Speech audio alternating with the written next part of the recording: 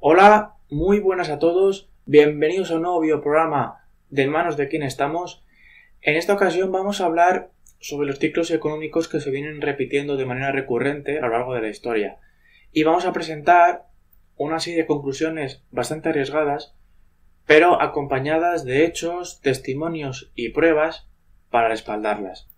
Desde hace siglos, las economías vienen experimentando etapas de crecimiento económico, boom económico, que se conoce como boom económico, y de recesión económica. Estos dos momentos seguidos uno del otro, boom económico, recesión, boom, recesión, es lo que se conoce como ciclo económico. Son ciclos que parecen inherentes al sistema, que la gente se va adaptando a ellos, ¿no? Parece que es algo con lo que hay que convivir, que vienen cada cierto tiempo, y con resignación hay que llevarlo lo mejor que se puede y demás. Es la idea que durante estos años nos han querido inculcar. Y nada más lejos de la verdad. En este punto tenemos que tener en cuenta dos cosas. La primera es que la creación del dinero está en pocas manos, como vimos en el vídeo anterior, ya que son los bancos centrales y los bancos comerciales quienes lo crean. Y el segundo punto que hay que tener en cuenta es que la banca y la banca central ha tenido un comportamiento muy similar durante las crisis económicas que se han dado tanto en el siglo XX, en el XXI, pero también en el XIX. Hay que recordar que cuando la cantidad de dinero que hay en la economía aumenta, la economía crece. Y cuando la cantidad de dinero que hay en circulación se reduce, pues llega la recesión. Esto ya sucedió desde el Imperio Romano, con el oro y lo que ha sucedido hasta nuestros días. Cuando se produce un crimen hay que preguntarse quién se beneficia de ello, ya que serán los principales sospechosos. Tanto en esta crisis que estamos viendo de 2008 como en las anteriores, han sido las élites las que han salido beneficiadas. Y hay que recordar que son estas mismas élites las que controlan los bancos comerciales y los bancos centrales. Por tanto, tenemos aquí que aquellos que pueden, crear estas crisis a base de variar el suministro de dinero son los que salen beneficiados. Tenemos a un sospechoso claro.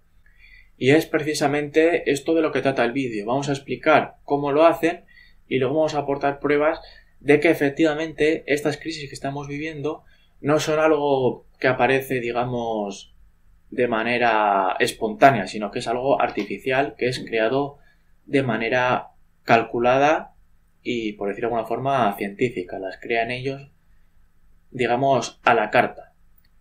Primero vamos a explicar cómo lo hacen. En un primer momento se conceden gran cantidad de préstamos, aumentando la cantidad de dinero en circulación. Es, por decirlo de alguna forma, la fase en la que se lanza el cebo.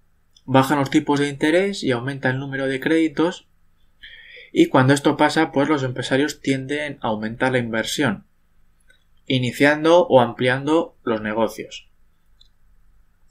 Compran nuevas máquinas, locales, para aumentar la capacidad productiva de la empresa.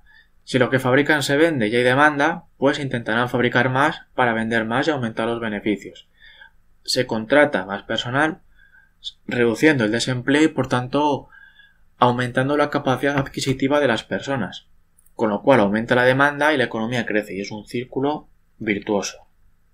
Cuando esto pasa, pues todas las variables o casi todas las variables económicas, tanto a nivel macro como a nivel micro, mejoran.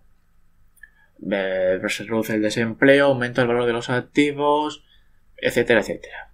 Lo que vimos, por ejemplo, durante la burbuja inmobiliaria. Esta inercia hace aumentar la confianza de las personas, con lo que éstas comienzan a endeudarse. Tanto las personas, las empresas y el Estado. Si aumentan las deudas, aumenta el dinero en circulación y la economía sigue creciendo. Como crece la economía, acceder a un crédito es más sencillo, ya que hay menos requisitos. Durante este boom económico, los ciudadanos tienden a gastar por encima de sus ingresos debido al crédito. En este momento se tiene la ilusión de que los malos tiempos del pasado ya no volverán, y esta situación ha llegado para quedarse. Esto se amplifica gracias a los medios de comunicación que con todo tipo de noticias positivas, tanto nacionales como internacionales, amplifican este contexto y este sentimiento. Cuando la economía está caliente y la burbuja está inflada y los ciudadanos, empresas y Estado están endeudados, llega la segunda etapa en la que cierran el grifo del crédito. Reducen la cantidad de dinero en circulación, concediendo muy pocos préstamos, aumentando las condiciones para concederlos y subiendo los tipos de interés. Por decirlo de alguna forma, en esta segunda etapa se tira del cebo. En la primera se echa el cebo y ahora se tira del cebo para ver qué pescaditos han mordido. Ya el mercado deja de estar inundado de dinero, las grandes cantidades de dinero que había antes en circulación ya no son renovadas, la actividad económica disminuye, aumenta el desempleo y las empresas empiezan a cerrar. ¿Por qué? Pues porque no hay suficiente dinero en circulación para sostener el ritmo de actividad existente hasta el momento. Los créditos ya se empiezan a no poder pagar, el consumo se reduce y como hay menos demanda, las ventas disminuyen, provocando mayor desempleo. Cuando aumenta el desempleo, la capacidad adquisitiva disminuye, la demanda disminuye y se crea un círculo vicioso. A esto, por supuesto, hay que sumar que una parte de las deudas fue utilizada para comprar activos que ahora tienen un valor menor. El caso paradigmático es el de la vivienda. ¿Cuál es el problema? El problema es que las deudas que se han contraído durante el boom pues siguen existiendo y tienen que ser pagadas. Como hay menos dinero en la economía, pues estas deudas no pueden pagarse. Porque no olvidemos que el dinero se crea como deuda, como explicamos en el vídeo anterior. Es en este momento en el que el sector bancario embarga y toma las propiedades de los deudores, que son riquezas que sí que existen. Ellos prestan un dinero que no existe, ya que son únicamente unos y ceros en una pantalla de ordenador, y a cambio embargan propiedades que sí que existen, como casas, negocios, tierra, oro, empresas, etcétera, etcétera. Este esquema ya fue aplicado durante la segunda mitad del siglo XX a los países del tercer mundo para encadenarlos a una deuda impagable con instituciones como el FMI. Las élites también aprovechan esta época de recesión para comprar activos a un precio mucho más bajo después de haberlos vendido antes de la recesión. El ejemplo más claro pues son en las bolsas, los mercados financieros, como vimos en el crack del 29, que es el caso paradigmático. También, como dije antes, adquieren tierras y empresas en dificultades. Si el crecimiento o la recesión de la economía depende de la cantidad de dinero que hay, pues basta con dejar de emitir las mismas cantidades de dinero en forma de crédito, dejar de inundar el mercado con la cantidad de dinero a la que este mercado se había acostumbrado durante los años anteriores. ¿Qué diferencia a una etapa, a un momento de boom económico de uno de depresión? Pues lo diferencia la cantidad de dinero que hay en circulación. Y ya dijimos en el anterior videoprograma que son los bancos comerciales y la banca central la que controla la cantidad de dinero que hay en la economía. Bueno, básicamente este es el esquema con el que se fabrican las crisis. Primero lanzando el cebo, inundando el mercado de dinero en circulación y luego restringiendo y retirando ese dinero después de que las personas y las empresas y los estados se han endeudado. Y bueno, hay que utilizar el verbo fabricar porque es el verbo más adecuado para describirlo. Se inyecta liquidez en el sistema y luego se cierra el grifo del crédito, provocando que estas deudas no puedan pagarse. Cuando llega la recesión y es necesario que haya más dinero para reactivar la actividad económica, el cártel bancario reduce los préstamos y aumenta los tipos de interés, cuando tendría que hacer lo contrario para ayudar a que esta economía se recuperara. Bueno, hay que matizar que esto no es que haya sucedido solo esta vez, sino que ha sucedido una vez tras otra y tras otra. Entonces hay que preguntarse por qué operan así. ¿No aprendieron ya la lección entonces? ¿O es que más que un error es un modus operandi? Pues nosotros creemos que es un modus operandi, ya que esto ha pasado así durante siglos y ha favorecido que se canalice la riqueza desde las clases medias y bajas a las clases altas, que son las que controlan el sistema. En este momento puede haber quien se pregunte que por qué a las élites podrían querer una depresión económica cuando ganan millones y millones durante las épocas de boom económico.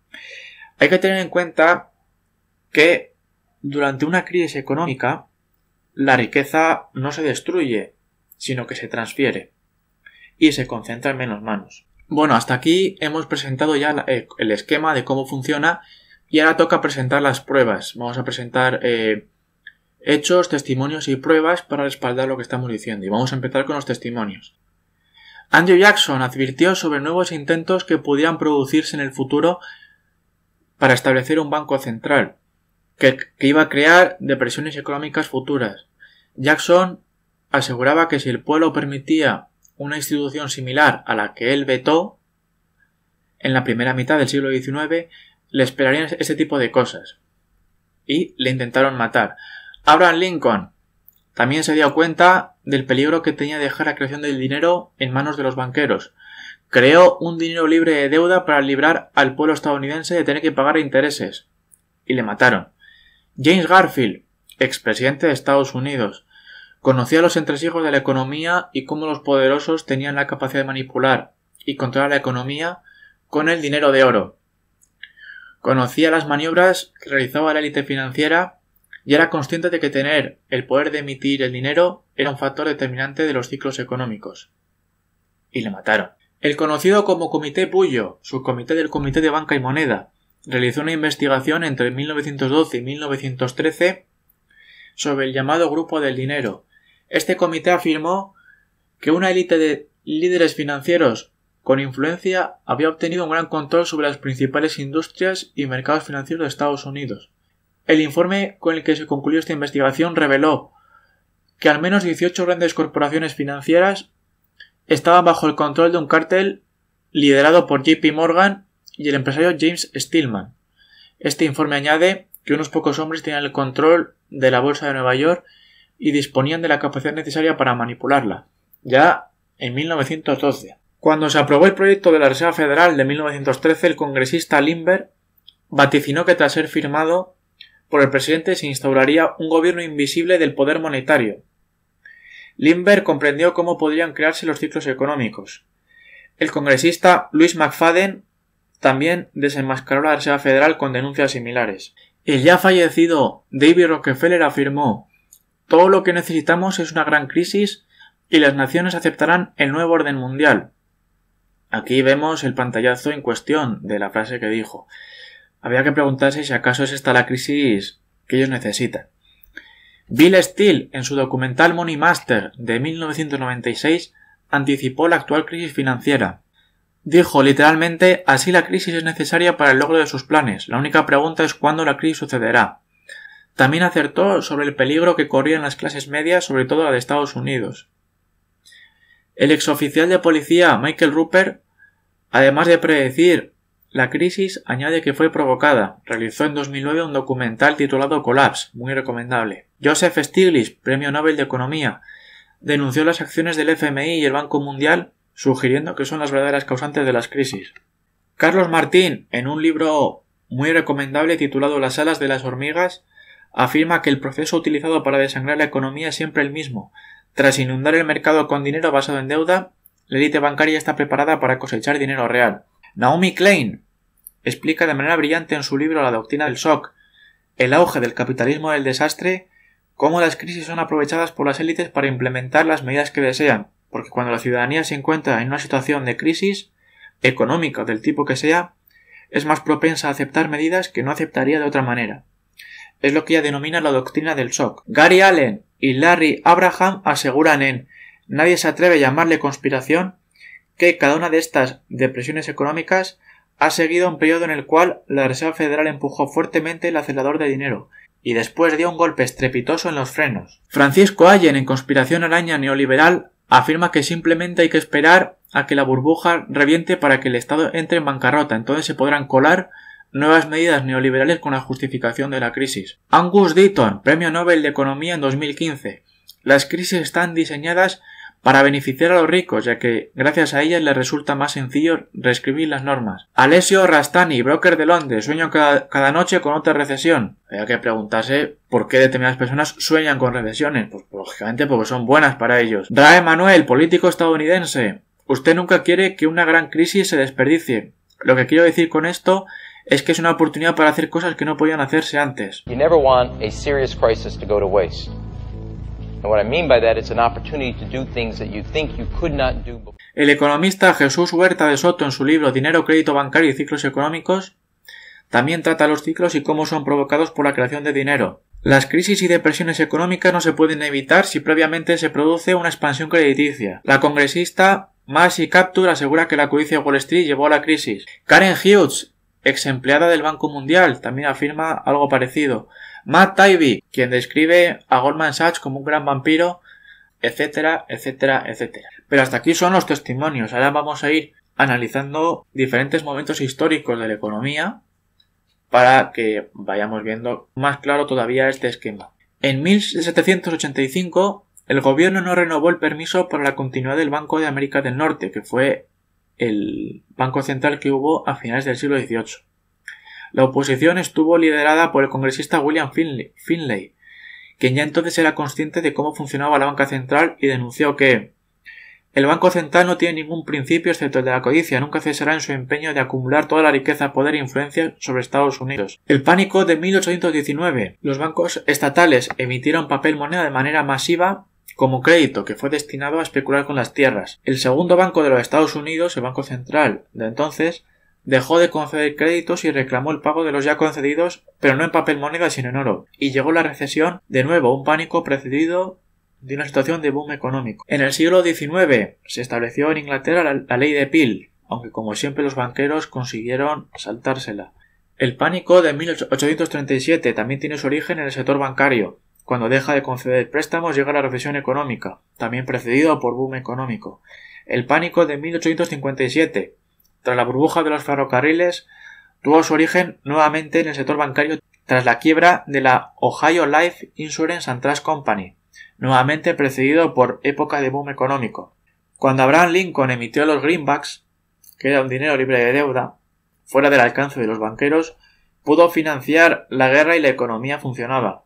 Tras su asesinato, siendo ya Andrew Johnson presidente, el Congreso aprobó un acta para retirar de circulación los greenbacks de Lincoln.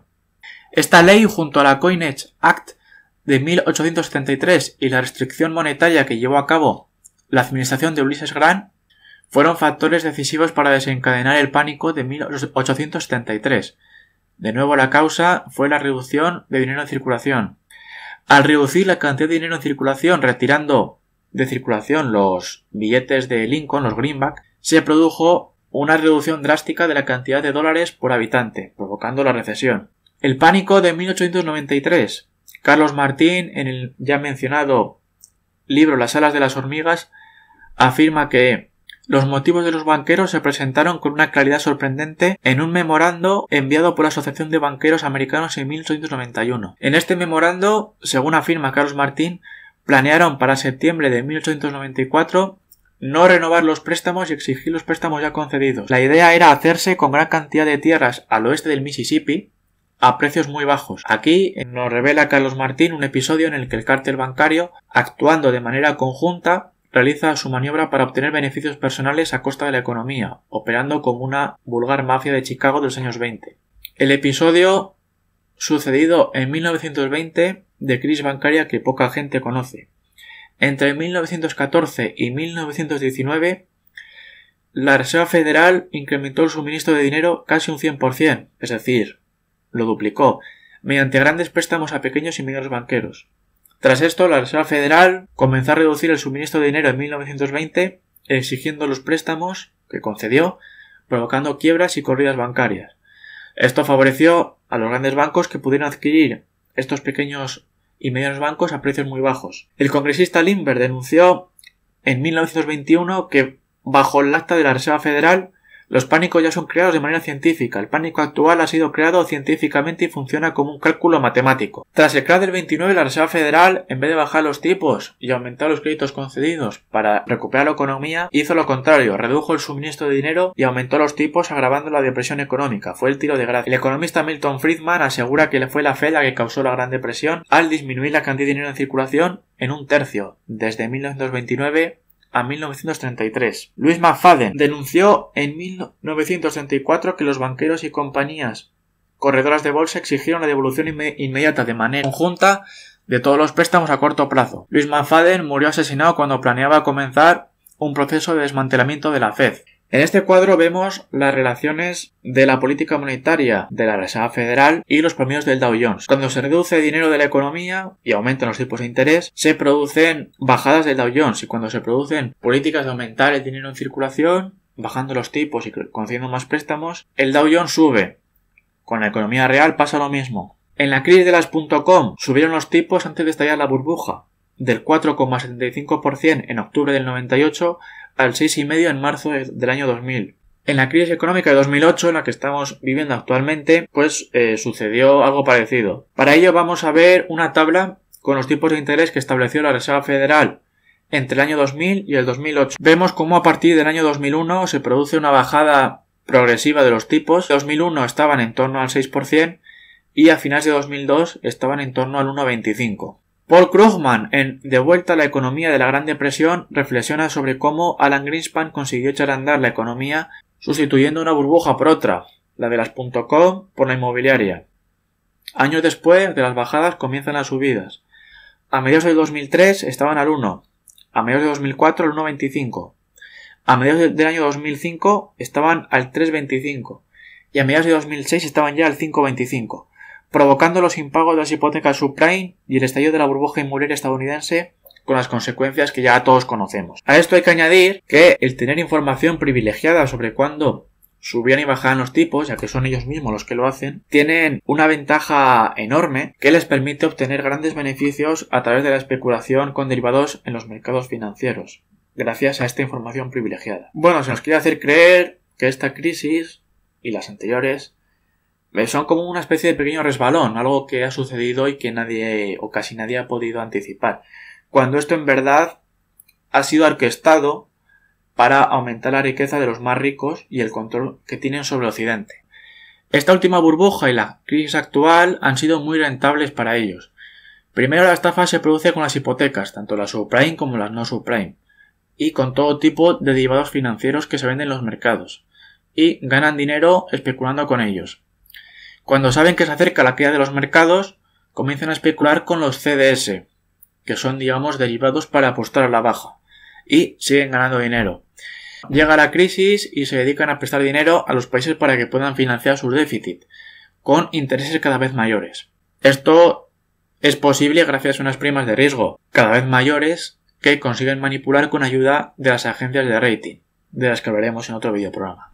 Y en este punto continúan ganando dinero. Además de esto, consiguen tener cada vez mayor control sobre los países y las políticas monetarias que llevan a cabo, aumentan los impuestos sobre las clases medias y bajas, se producen privatizaciones y la venta de sectores estratégicos y rentables. Los que han provocado esto se han hecho más ricos, más poderosos y ahora son quienes nos siguen prestando dinero con intereses para tratar de solucionar la situación que ellos han creado. Ellos son quienes tienen el monopolio de la emisión del dinero y los rescates que promueven provocan mayor deuda para los países. Resumiendo, obtienen ganancias especulando gracias a la información privilegiada de la que disponen, con derivados que permiten ganar en los mercados, ya sea que estos suban o que estos bajen. Obtienen más ganancias con los préstamos que realizan para rescatar a los países y por el camino van consiguiendo mayor control sobre los mismos.